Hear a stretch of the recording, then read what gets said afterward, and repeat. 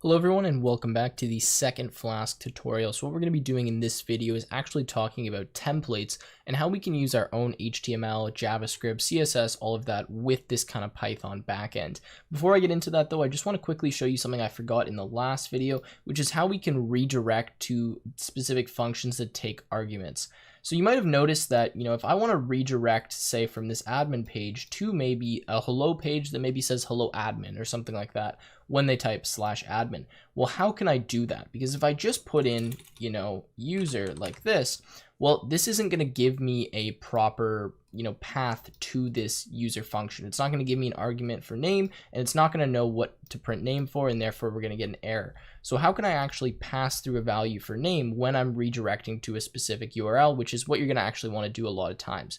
So to do that, it's pretty straightforward. You're just going to type the name of the parameter and then equals, and then whatever you want to pass through. So in this case, I'll just type admin like that with an exclamation point. And this means now what's going to actually happen is when I go to the /admin page, it's going to return the URL for user, and it's going to pass through the argument admin, which means it will print, hello admin, exclamation point, exclamation point. So to prove to you that I'm not making this up, I will run this. Let's open up our command prompt, or here we go.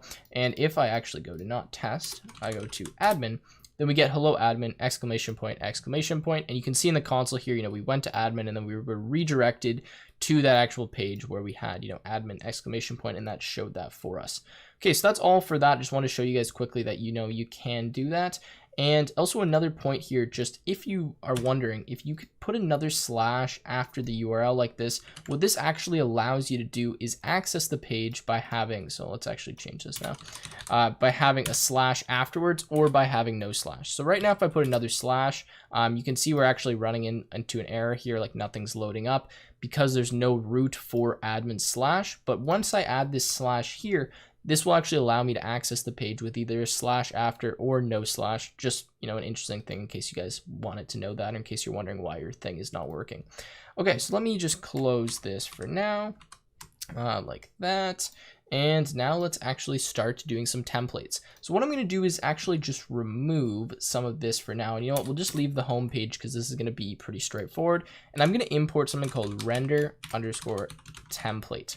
Now what this function is going to allow us to do is actually grab a HTML file and render that as our web page. So right now we've just been rendering inline, HTML where I just write h1. Someone noticed that I forgot the /h1 on the tag. There you go. I added it for you guys. But anyways, how do we do that? So what we need to do is start by actually creating an HTML file, and we need to put that in a specific directory. So here I'm going to open up my Windows Explorer, and you can see this is where I have my 2 Python files for this specific tutorial for this Flask website. So what I'm going to do is just create a new folder, and I'm going to call it templates. Now it's very important that you name your folder templates and that it's sitting beside or in the same directory as your Python script that's running the website. So whatever that Python script is that you're writing that has Flask in it, that's what you need. So I'm going to make a folder called templates and just hit enter there. And now I'm going to create a new HTML file. I can call it whatever I want, and I'm going to put it inside of that folder.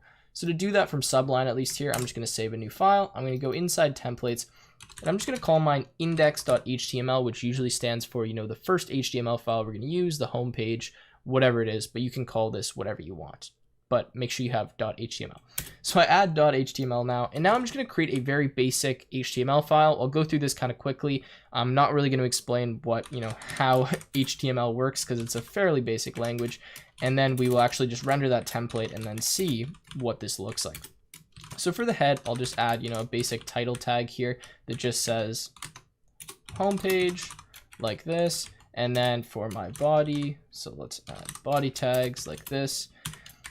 What I'll do is just add a paragraph tag that just says, hello, and then we'll add a h1 tag here that just says homepage or something like that. Okay, wonderful. So this is my basic HTML file. I could add this doc type HTML because some people like to do that. I honestly don't know if this makes a difference or not when I do this, but we'll add doc type HTML.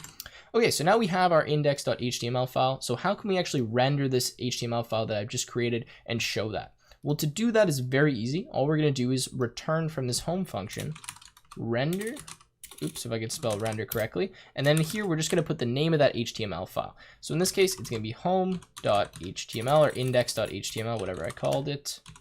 So let's do that. And now if I run this, we can actually load that file. So let me show you. Let's rerun this here. Give this a second. Go back. Instead of going to /admin, we're just going to go to / for the home page. And you can see that now we actually get that HTML that we've created, and we have homepage, hello, showing up on the screen. Wonderful, awesome. That's how you render HTML templates. But now I'm going to show you a lot more cool things that we can do with this that actually make it pretty useful. So first of all, what if I want to show, dynamic information on the screen? So like I had before, if I add, for example, and say a name tag here to the home page, let's do that. And I want to display the user's name on the home page. How do I go about doing that?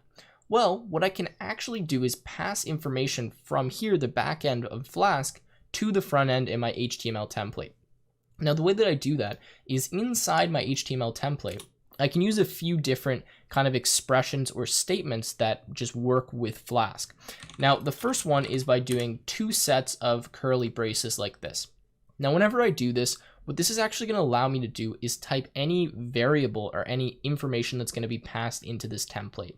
So for example, I could type something like content. Now, I know this kind of seems like random, like what is this? It doesn't make sense. I'm going to show you guys in a second. But when I define content inside this HTML template like this, what I can actually do to pass a value that will replace content is go in here to my render HTML function and type content equals, and then in this case, whatever I want to show up. So here, maybe I want it to be the name that the user typed in here. So what's essentially happening is we're going to render this index.html file, and we're going to pass it, pass the variable content, the value of name. So what's going to happen is this content will be replaced with whatever name that we had passed in there, and then it's actually going to show us the name. So let me show you this to prove that I'm not making this up. So let's run this, and let's go now, /home. What was the issue here? All right, so I realized that I didn't save that file, so I'm just going to rerun this and show this to you guys one more time because this should actually be working. So you can see I have /test up here, and when I do that, we get homepage, and then it shows test. Now, if I do something like test123, we get test123 showing up, and this works just like it did before, in that we get the argument passed through the parameter, but now we're just going to pass it one more time into this HTML template. Now we can also pass multiple values as well. So, if we go P and we'll add another P tag, and now instead of content, maybe we'll just do like, actually, let's not call it random. I'm just going to call it R because why not? And then what I can do is say R equals, 2, something like that. And now if I rerun this, we should get the same thing working.